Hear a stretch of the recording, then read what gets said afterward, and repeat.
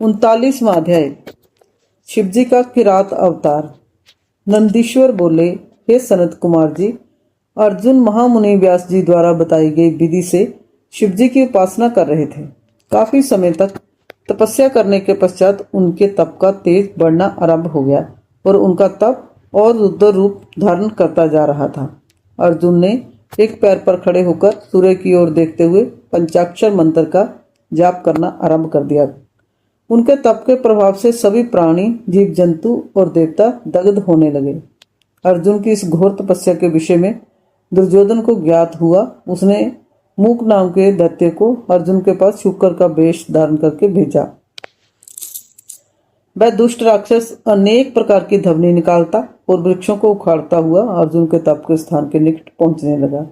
तब अर्जुन का मन एकाएक व्याकुल हो उठा और उन्होंने पलटकर उस कपटी राक्षस को देखा और मन में विचार किया कि जिसे देखकर मन व्याकुल हो वह अवश्य ही हमारा शत्रु होता है। यह विचार मन में आते ही अर्जुन को दुर्योधन का छल कपट याद आ गया।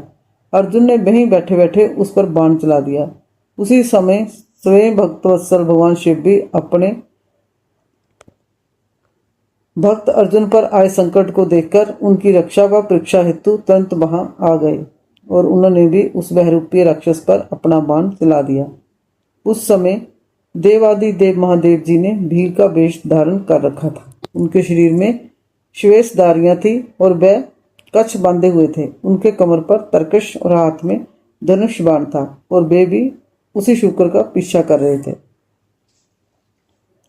भील रूपी भगवान शिव और अर्जुन दोनों के बाणों ने एक साथ उस शुक्र को अपना निशाना बनाया।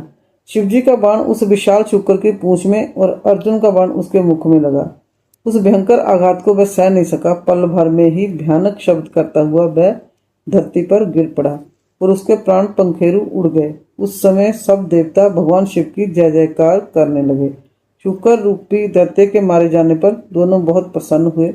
अर्जुन सोचने लगा कि जय भयानक दैत्य अवश्य ही मुझे मारने के लिए आया था, परंतु भगवान शिव ने आज मेरी रक्षा की और मुझे बचा लिया। उन्होंने ही मुझे सद्बुद्धि देकर उसे मारने की प्रेरणा मेरे मन में जगाई। ऐसा विचार मन में आते ही अर्जुन ने भगवान शिव के चरणों में प्रणाम किया और पुण्य भक्ति भाव से शिव स्तुति शुरू कर दी।